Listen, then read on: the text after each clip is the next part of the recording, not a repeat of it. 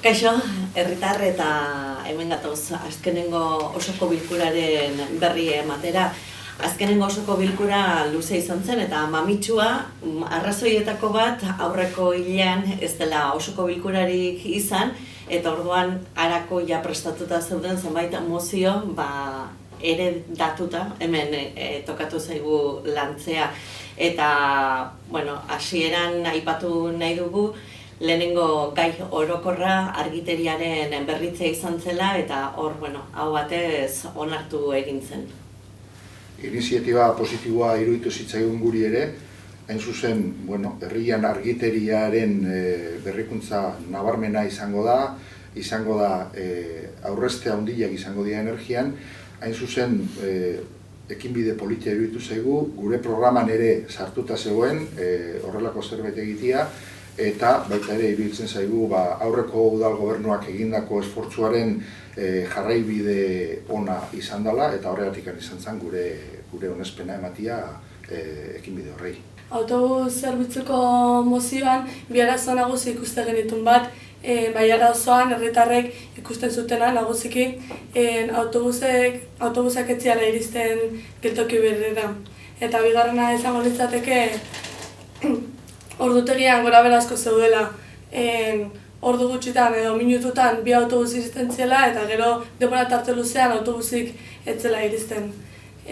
Hori asteburutako ordutegietan. Arrazoi. Bigarren mozioa errefuxiaten aldekoa izan zen.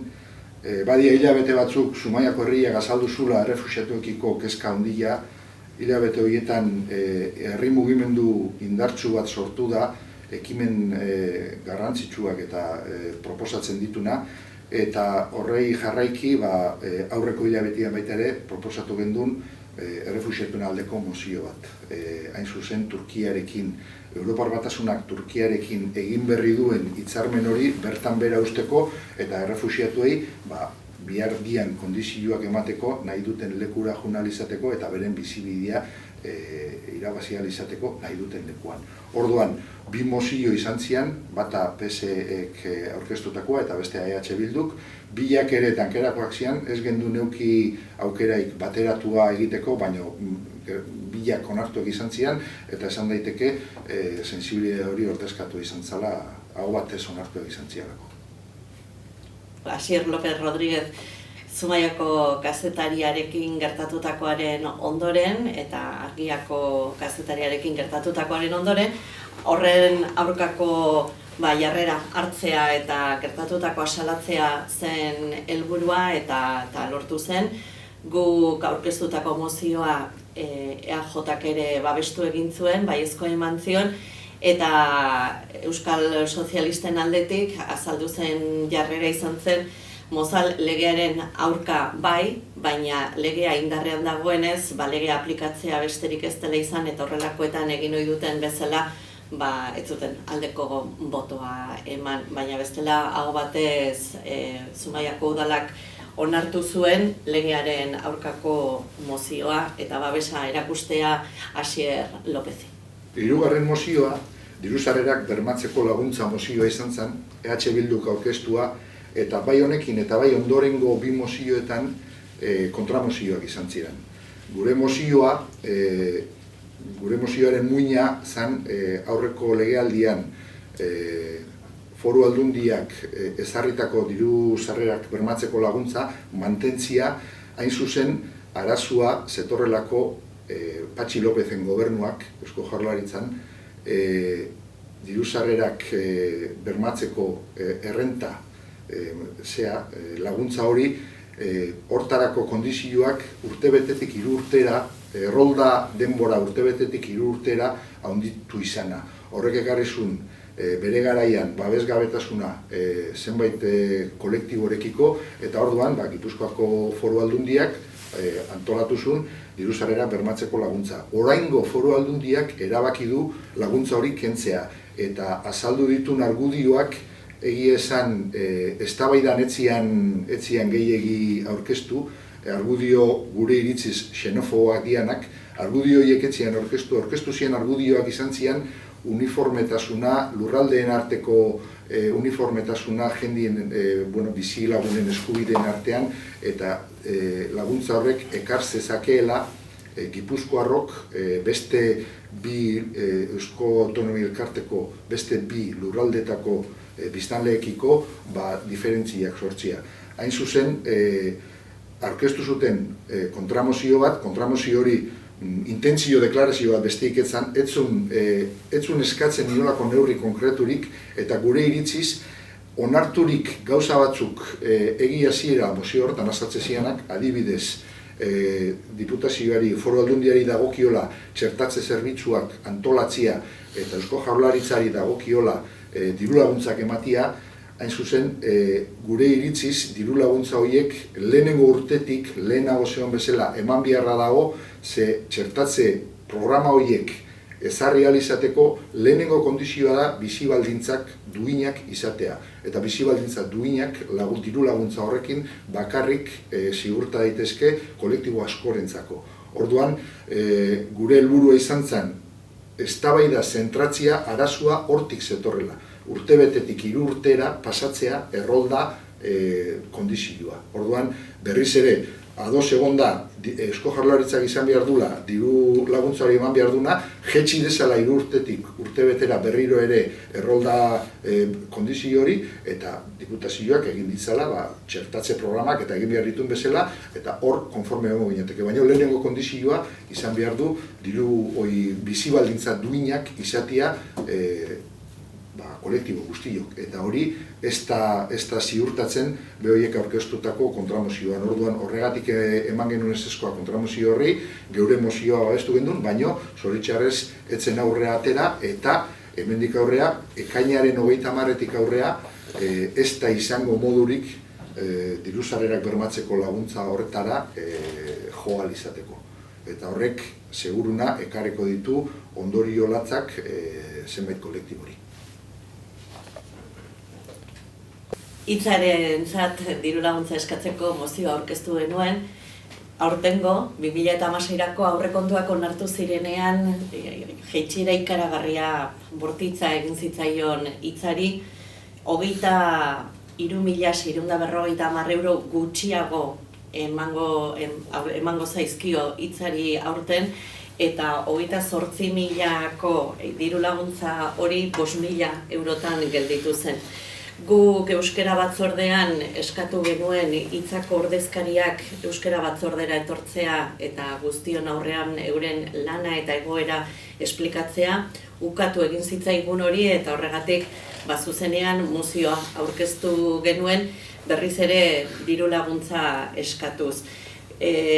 Oso garbi dugu, ez dugu inolako zalantzarik, euskararen normalizazioan euskal komunikabideak beharrezkoak direla, eta zoritxarrez euskal komunikabideek lan egiteko laguntza publikoak behar dituzten, naiz eta beurek beren bidetatik beste diru-laguntza eta diru-sarrera batzuek lortu. Horrelako jaitsiera bat guri bortitza iruditzen zitzaigun, eta berriz eskatu genuen lehengoari eustea. Herrian badugu, tokian badugu komunikabide bat, herriko albisteak herritaratzen eta argitaratzen dituena, baina hitzak ere funtzio hori egiten du, baina era berean hitzaren bitartez eskualdean Zumaiak presentzia du, berriarekin hitzak duen akordioarekin Euskal Herrian ere presente gaude, eta hori bermatu nahi genuen, eta lan hori bermatzeko langileak, horri egingo duten langileek ere baldintza duin batzuk behar dituzte, eta 5.000 eurorekin hori bermatzea ezinezkoa da. Etzen aldeko bozkarik izan, gu bakarrik bozkatu genuen mozio horren alde, EAJak 28.000ko hori desproportzionatua dela dio, eta Euskal Sozialistek beste mozio bat aurkeztu zuten, gutxienez beste 5.000 euroko diru-laguntza bat eskatuz, eta hori onartu zen, eta guk hor aldeko bozka eman genuen, ez ados geundelako, etzaigu hala ere nahiko iruditzen baina ezer baino gehiago bada eta lehengo 5.000 eta oraingo 5.000-arekin 10.000 euroko laguntza izango du hitzak 2016 honetarako eta tira, gaia datorren urteko aurrekontuetarako guztiok ere kontutan hartu beharko dugu. Eztabaidatu zen azkenengo mozioa, udaleko Euskal Sozialistak aurkeztua izan zen etxebizitza legearen inguruan. Gogoratu etxebizitza legea joan den urtean onartu izan zala legebiltzarrean, EH Bildu eta PSR-en babesarekin, eta lege honek ziurtatzen dula biztanlegoaren eskubide subjektiboa etxebizitza duina eduki ahal izateko. Orain momentuan laguntzak daude etxebizitza duin hori eduki ahal izateko, baldintza konkretu batzutan, eta lege hori indarrean sartzen denean garatu egin beharko da dekretu bidez eta behar bada baldintza diferentiak ezarriko dira etxebizitza duin hori jaso ahal izateko edo eskubide subjektibo hori garatu ahal izateko. Beraz, gure emendakina PSOek ez paizan izan kontramozioa, gure emendakina PSOek egindako mozioari zentratu zen, konkretatzen pixkat gehiago han esatezena eta segurtatzen laguntza hori jasotzen aizian kolektiboak gerora ere dekretu bidez gobernuak garatuko duen etxebizitza lege horretan egindako dekretu horren bidez jarritako baldintzak ez palia berdinak gutxienez orain jasotzen nahi dianak jaso dezatela o jarraitu dezatela laguntza hori jasotzen. Ezinbesteko bai dute bizitza duin bat izateko.